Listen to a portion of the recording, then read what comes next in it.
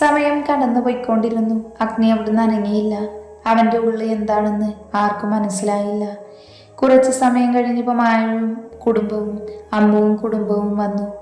അവൻ വന്നതറിഞ്ഞിട്ടും അഗ്നി അവിടുന്ന് എഴുന്നേറ്റില്ല. ആദ്യം വിഷ്ണുവും അവൻ്റെ അടുത്ത് വന്നിരുന്നു. അപ്പോഴേക്കും കാര്യങ്ങൾ അറിഞ്ഞ് കാർത്തി അങ്ങോട്ട് വന്നു. കല്ലുവും കിച്ചുവും അമ്മമാരും അച്ഛനും അമ്മയും എത്തി. സർ, പെട്ടെന്ന് ഐസിയു ഡോർ തുറന്ന് സിസ്റ്റർ പുറത്തേക്ക് വന്നു. എന്താ സിസ്റ്റർ? മാഡം കണ്ണു തുറന്നിട്ടുണ്ട്, ആർക്കെങ്കിലും ഒരാൾക്ക് കയറി കാണാം. സിസ്റ്റർ അത്രയും പറഞ്ഞ് അകത്തേക്ക് തിരിച്ചുപോയി. എല്ലാവരും പരസ്പരം നോക്കി, പിന്നെ അഗ്നിയെ നോക്കി. അവൻ സിസ്റ്റർ വിളിച്ചപ്പോൾ കണ്ണു തുറന്നു. അവർ പറയുന്നത് കേട്ട് അവിടെയിരുന്നു. അവൻ്റെ കണ്ണ് കണ്ട് അവർക്കെല്ലാം പേടി തോന്നി. ചുവന്നിരിക്കുന്നു ആ കണ്ണ്. അവൻ്റെ വേദനയാണോ ദേഷ്യമാണോ എന്ന് ആർക്കും മനസ്സിലായില്ല. അഗ്നി, നീ കയറി കണ്ടോളൂ, അച്ഛൻ അവനോടായി പറഞ്ഞു. അഗ്നി എല്ലാവരെയും ഒന്ന് നോക്കി അവിടുന്ന് എഴുന്നേറ്റ് പിന്നെ കിച്ചുവിനെ ഒന്ന് നോക്കി. ഐസിയു ഡോറിൻ്റെ അടുത്തുള്ള ബെല്ലമർത്തി. ഡോറ് തുറന്നൊരു സിസ്റ്റർ പുറത്തേക്ക് നോക്കി. അഗ്നിയെ കണ്ടവർ വാതിൽ തുറന്നു കൊടുത്ത് മാറി നിന്നു. അവൻ അകത്തേക്ക് കയറി. സർ, മാസ്ക് വെക്കണം, സിസ്റ്റർ അവനോട് പറഞ്ഞു. അവൻ അവരെ ഒന്ന് നോക്കി. സിസ്റ്റർ വേഗം ഒരു മാസ്ക് എടുത്തു കൊടുത്തു. അവനത് വാങ്ങി വെച്ച് സിസ്റ്റർ കാണിച്ചു കൊടുത്ത സ്ഥലത്തേക്ക് അവൻ്റെ കണ്ണുകൾ പോയി. കുറച്ചു മാറി ഒരു ബെഡിൽ വെച്ചു കിടക്കുന്നത് അവൻ കണ്ടു. അവൻ അങ്ങോട്ടേക്ക് നടന്ന് അവളുടെ അടുത്തായി അവനിൽ നിന്നു. തലയിൽ വലിയൊരു കെട്ടുണ്ട്. മുഖമെല്ലാം ചെറിയ തടിപ്പ് പോലെ വലത് കൈ കെട്ടിവെച്ചിട്ടുണ്ട്. അവളുടെ മുഖത്തേക്ക് അവൻ നോക്കി നിന്നു. സാർ, വിളിച്ചോളൂ, സിസ്റ്റർ അവൻ്റെ അടുത്തേക്ക് വന്ന് പറഞ്ഞു. ലക്ഷ്മി. അവൻ പതിയെ ഒന്ന് വിളിച്ചു. ഇല്ല, കണ്ണു തുറക്കുന്നില്ല. ലക്ഷ്മി. ഒന്നുകൂടെ അവൻ വിളിച്ചു. കണ്ണുകൾ പതിയെ ചലിപ്പിച്ചുകൊണ്ട് അവൾ തുറന്നു. പിന്നെയും കണ്ണടച്ചുകൊണ്ട് അവൾ തുറന്നു. മുന്നിൽ നിൽക്കുന്നത് ആരായെന്ന് നോക്കി അവൾ. അഗ്നിയാണെന്ന് കണ്ട് കണ്ണുകൾ പതിയെ ഒന്ന് നിറഞ്ഞു.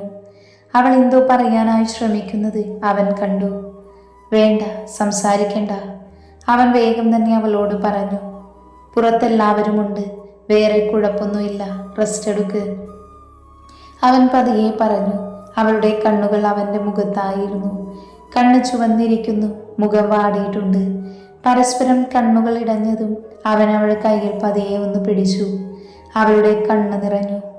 പേടിക്കേണ്ട, ഞാൻ പുറത്തുണ്ടാകും ദേവേട്ട, അവൾ പെട്ടെന്ന് അവനെ വിളിച്ചു. അവൻ അത്ഭുതത്തോടെ അവളെ നോക്കി. പതിയെ അവളുടെ അടുത്തേക്ക് കുനിഞ്ഞ് നെറ്റിയിലായി ചുണ്ടമർത്തി ഒന്ന് ചുംബിച്ചു. കണ്ണുകൾ അടച്ചവൾ ആ ചുംബനം ഏറ്റുവാങ്ങി. അവളുടെ കണ്ണുകൾ നിറഞ്ഞൊഴുകി. അവൻ അവൾക്കായി കൊടുക്കുന്ന ആദ്യ ചുംബനം. തല ഉയർത്തി അവളെ ഒന്ന് നോക്കി കണ്ണടച്ച് കിടക്കുവാണ്. ലക്ഷ്മി, പേടിക്കേണ്ട, ഞാൻ കൂടെയുണ്ട്. പോട്ടെ, സമയം കുറവാണ്, മുറിയിലേക്ക് മാറ്റുമ്പോൾ കാണാം, അവളോട് പറഞ്ഞുകൊണ്ട് കയ്യിലൊന്ന് തലോടി. പിന്നെ തിരിഞ്ഞു നടന്ന് പുറത്തേക്ക് ഇറങ്ങി. അവനെ കാത്തെല്ലാവരും പുറത്തുണ്ടായിരുന്നു. അഗ്നി, എന്തു പറഞ്ഞു? മോൾക്ക് കുഴപ്പമൊന്നും ഇല്ലല്ലോ? ഇല്ല, അവൾ സംസാരിച്ചു. ഇനിയിപ്പോൾ മുറിയിലേക്ക് മാറ്റുമ്പോൾ കാണാം, എല്ലാവരും ഇവിടെ നിൽക്കണ്ട. അതെ, ഇപ്പൊ കുഴപ്പമൊന്നുമില്ലെന്നല്ലേ പറഞ്ഞേ, നാളെ മുറിയിലേക്ക് മാറ്റുമ്പോൾ എല്ലാവർക്കും വരാം. അഗ്നിയും കിച്ചുവും അവിടെ നിൽക്കുവാണെന്ന് തീരുമാനിച്ചു. ബാക്കി എല്ലാവരും വീട്ടിലേക്ക് മടങ്ങി. എല്ലാവരും പോകുന്നത് നോക്കി അവർ മുറിയിലേക്ക് പോയി. എന്തെങ്കിലും ആവശ്യമുണ്ടെങ്കിൽ വിളിക്കാൻ പറഞ്ഞു. രാവിലെ ഫ്രഷായി അഗ്നി ഐസുവിൻ്റെ മുമ്പിൽ പോയി നിന്നു. കിച്ചു വീട്ടിലേക്ക് പോയിട്ട് കമ്പനി വരെ ഒന്ന് പോയി വരാമെന്ന് തീരുമാനിച്ചു. അർജന്റ് കാര്യങ്ങളെല്ലാം റിയയെ വിളിച്ചറിയിച്ചു. അഗ്നി അവിടെ ഇരുന്നു. കുറച്ച് സമയത്തിനു ശേഷം ഡോക്ടർ അകത്തേക്ക് കയറിപ്പോയി. അവൻ ഐസിയു വാതിൽക്കലേക്ക് നോക്കിയിരുന്നു. ഡോറ് തുറന്ന് ഡോക്ടർ പുറത്തേക്ക് വന്നു. സർ, മേഡം ഓക്കെയാണ്, നമുക്ക് റൂമിലേക്ക് മാറ്റാം. ലൈറ്റായിട്ടുള്ള ഫുഡ് കൊടുക്കാം. പിന്നെ തലാനക്കരുത്, റെസ്റ്റ് എടുക്കട്ടെ. കയ്യിലിന് പൊട്ടുണ്ട്, അത് കെട്ടിയിട്ടുണ്ട്. ഓക്കെ സർ, ഞാൻ ക്യാബിനുണ്ടാകും. ഡോക്ടർ അവിടെ നിന്ന് പോയി അഗ്നി ഫോൺ എടുത്ത് വീട്ടിലേക്ക് വിളിച്ചു. ഹലോ അച്ഛാ, ഡോക്ടർ വന്ന് റൂമിലേക്ക് മാറ്റാമെന്ന് പറഞ്ഞിട്ടുണ്ട്. ആ, ഞങ്ങൾ വരാം. ഫുഡ് എങ്ങനെയാ? ലൈറ്റായിട്ടുള്ളത് കൊടുക്കാമെന്ന്. ആണോ? എന്നാൽ ഞങ്ങൾ വരാം. കോള് കട്ട് ചെയ്ത് കിച്ചുവിനെ വിളിച്ചു. ഹലോ കിച്ചു, അവളെ റൂമിലേക്ക് മാറ്റുക. നീ അവിടെ കാര്യങ്ങൾ എന്തെങ്കിലും ഉണ്ടെങ്കിൽ അത് കഴിഞ്ഞിട്ട് വന്നാൽ മതി. ആ, ഓക്കേടാ. ആദ്യം കാർത്തി രണ്ടുപേരും ചോദിച്ചു അവിടുത്തെ കാര്യം. അവരോടിപ്പോൾ കമ്പനി നോക്കാൻ പറ. നീ വൈകിട്ട് അവിടെ നിന്ന് ഇറങ്ങുമ്പോൾ വരുമല്ലോ. ഞാൻ പറയാം. ഓക്കെ. അവൻ കോള് കട്ട് ചെയ്തിട്ട് ഫോൺ പോക്കറ്റിലിട്ടു. സമയം കടന്നുപോയിക്കൊണ്ടിരുന്നു. ഐസിയു ഡോറ് തുറന്ന് സിസ്റ്റർ പുറത്തേക്ക് വന്നു. സർ, പുറത്തേക്ക് ഇറക്കുക. അവൻ അവിടെ നിന്ന് എഴുന്നേറ്റു. അപ്പോഴേക്കും അകത്തുനിന്ന് സിസ്റ്റർമാരിൽ ലച്ചുവിനെ കൊണ്ടുവന്നു. കണ്ണടച്ച് ബെഡിൽ കിടക്കുവാണ് അവൾ. അവൻ അവളുടെ അടുത്തേക്ക് ചെന്നു. അവിടുന്ന് റൂമിലേക്ക് പോയി. ലച്ചുവിനെ റൂമിൽ ബെഡിൽ കിടത്തി സിസ്റ്റർ പോയി. അഗ്നി അവിടെ ചെയറിലിരുന്നു. മരുന്നിന്റെ സെഡേഷൻ ലച്ചു ഉറക്കമാണ്. അഗ്നി അവളെ നോക്കിയിരുന്നു. അവൻ ഇന്നലെ ഉണ്ടായത് ഓർത്തെടുത്തു. എന്തിനാണ് താൻ ഉമ്മ കൊടുത്തത്? അവൾ ദേവേട്ട എന്ന് വിളിച്ചപ്പോൾ എന്താണ് തോന്നിയേ? അറിയില്ല. പക്ഷേ ആക്സിഡൻ്റായി എന്ന് കേട്ടവളെ കാണുന്നവരെ ഉള്ളിൽ വേദനയായിരുന്നു. ഡോറിൽ മുട്ടുന്നത് കേട്ട് അഗ്നി ഡോറ് തുറന്നു കൊടുത്തു. സിസ്റ്റർ ആയിരുന്നു. സർ, ഒരു ഇഞ്ചക്ഷൻ ഉണ്ട്. ഓക്കെ. സിസ്റ്റർ അവളുടെ അടുത്തേക്ക് വന്ന് കയ്യിൽ ക്യാനുലയിൽ കൂടെ ഇഞ്ചക്ഷൻ കൊടുത്തു. സർ, ഉണരുമ്പോൾ കഴിക്കാനായി എന്തെങ്കിലും കൊടുക്കണം. ശരി സർ, എന്തെങ്കിലും ഉണ്ടെങ്കിൽ വിളിച്ചാൽ മതി. സിസ്റ്റർ പറഞ്ഞിട്ട് പോയി. അഗ്നി ഡോറടച്ചു. അവളുടെ അടുത്തായിരുന്നു. കുറച്ച് സമയത്തിനു ശേഷം ലച്ചു കണ്ണു പതുക്കെ ചിമ്മി തുറന്നു. ഒരു മങ്ങൽ പോലെ തോന്നി. പിന്നെയും കണ്ണടച്ചു തുറന്നു. മുന്നിലെ കാഴ്ച ക്ലിയറായി വന്ന മുറിയിലാണ് എന്ന് മനസ്സിലായി. ലക്ഷ്മി, വിളി കേട്ടവൾ സൈഡിലേക്ക് നോക്കി. അവിടെ അഗ്നി നിൽക്കുന്നു. അവൾ പതിയെ ഒന്ന് മൂളി. എന്തെങ്കിലും ബുദ്ധിമുട്ടുണ്ടോ? ഇല്ല. എന്തെങ്കിലും ബുദ്ധിമുട്ടുണ്ടെങ്കിൽ പറയണം. അമ്മ ഇപ്പോൾ വരും, അപ്പോൾ ഭക്ഷണം തരും. അവൾ മൂളിക്കൊടുത്തു. അവൻ അവിടെ തന്നെ അവളെയും നോക്കിയിരുന്നു. അവൻ്റെ ഉള്ളിൽ എന്തൊക്കെയോ മിന്നി മറഞ്ഞുപോയി. അവൻ്റെ ഉള്ളിലുള്ളത് എന്താണെന്ന് അവന് പോലും മനസ്സിലായിരുന്നില്ല. വീട്ടിൽ നിന്നെല്ലാവരും എത്തിയിട്ടുണ്ട്. ലച്ചു ഉറക്കത്തിലുമാണ്. ലച്ചുവിൻ്റെ കൂട്ടുകാരും എത്തിയിട്ടുണ്ട്. അവരുടെ കുടുംബവും. ആരുടെയൊക്കെയോ സംസാരം കേട്ടാണ് ലച്ചു കണ്ണു തുറന്നത്. അവളുടെ അടുത്തായി കല്ലുവും അമ്മുവും ആയും ഇരിക്കുന്നു. അവൾ പതിയെ അവരെ വിളിക്കാൻ ശ്രമിക്കുന്നു. കല്ലു. പെട്ടെന്നാണ് ചെറിയ സൗണ്ട് കേട്ട് കല്ലു ലച്ചുവിനെ നോക്കുന്നത്. കണ്ണു തുറന്ന് തന്നെ നോക്കുന്നവളെ അവൾ കണ്ടു. ലച്ചു. കല്ലുവിൻ്റെ വിളി കേട്ടാണ് എല്ലാവരും അങ്ങോട്ട് നോക്കിയത്. ലച്ചു, നീ ഓക്കെ ആണോ?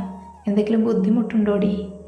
കല്ലു അവളുടെ അടുത്ത് എന്തൊക്കെയോ ചോദിക്കണമെന്ന് അറിയാതെ വെപ്രാളത്തിൽ എന്തൊക്കെയോ ചോദിച്ചു പോയി. ലച്ചുമോളെ.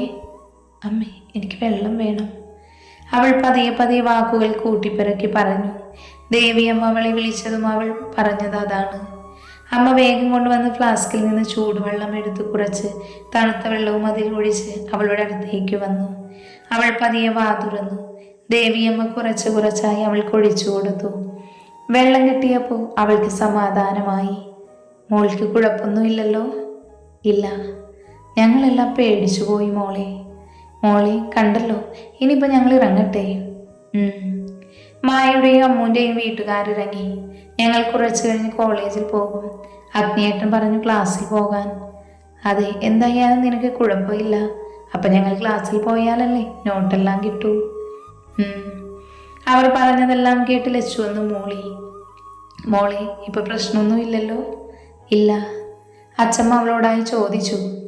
അച്ഛ, എന്ന് വീട്ടിലേക്ക് പോയിക്കോളൂ. സുജാത കൂടെ വരും. ലച്ചുവിൻ്റെ അടുത്ത് ഞാൻ നിൽക്കാം. ദേവിയമ്മ അവരോട് പറഞ്ഞു. എല്ലാവരും അതാണ് നല്ലതെന്ന് തോന്നി. എന്ന് പിള്ളേരെ, നിങ്ങൾ ഇറങ്ങുവല്ലേ?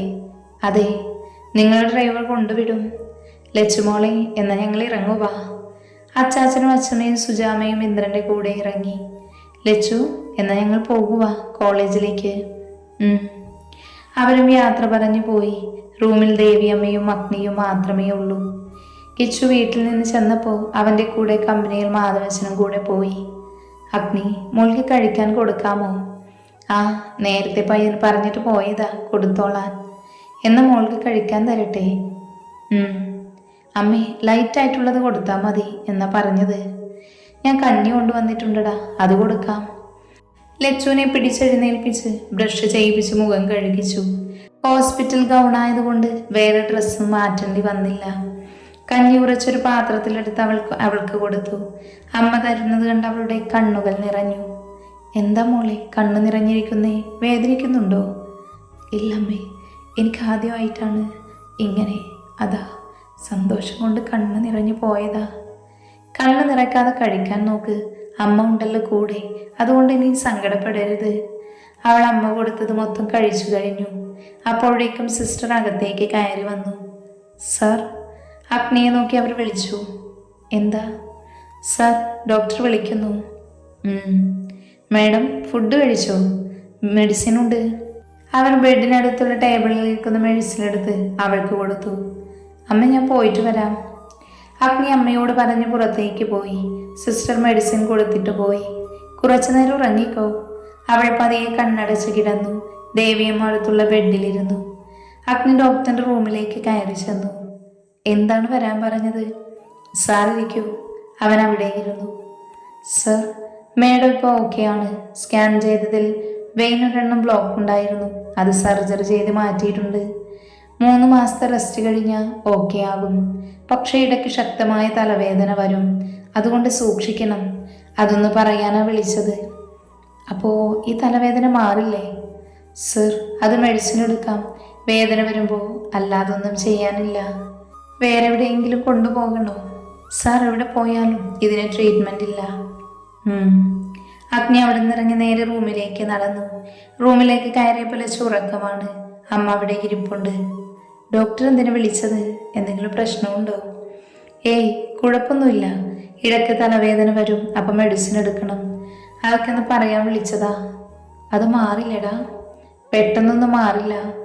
പാവം, അതിനെന്താണോ ഇങ്ങനെയൊക്കെ സംഭവിക്കണേ? അവൾക്കിപ്പോൾ കുഴപ്പമില്ല അമ്മേ. രാത്രി ഞാൻ നിൽക്കാം, നീ വീട്ടിൽ പോയിക്കോ. അതമ്മ, ഒറ്റയ്ക്ക് എങ്ങനെയാ? നീ ഇന്നലെ മുതൽ ഇവിടെ നിൽക്കുവല്ലേ, ഒരു റെസ്റ്റ് ആകട്ടെന്ന് കരുതി പറഞ്ഞതല്ലേ.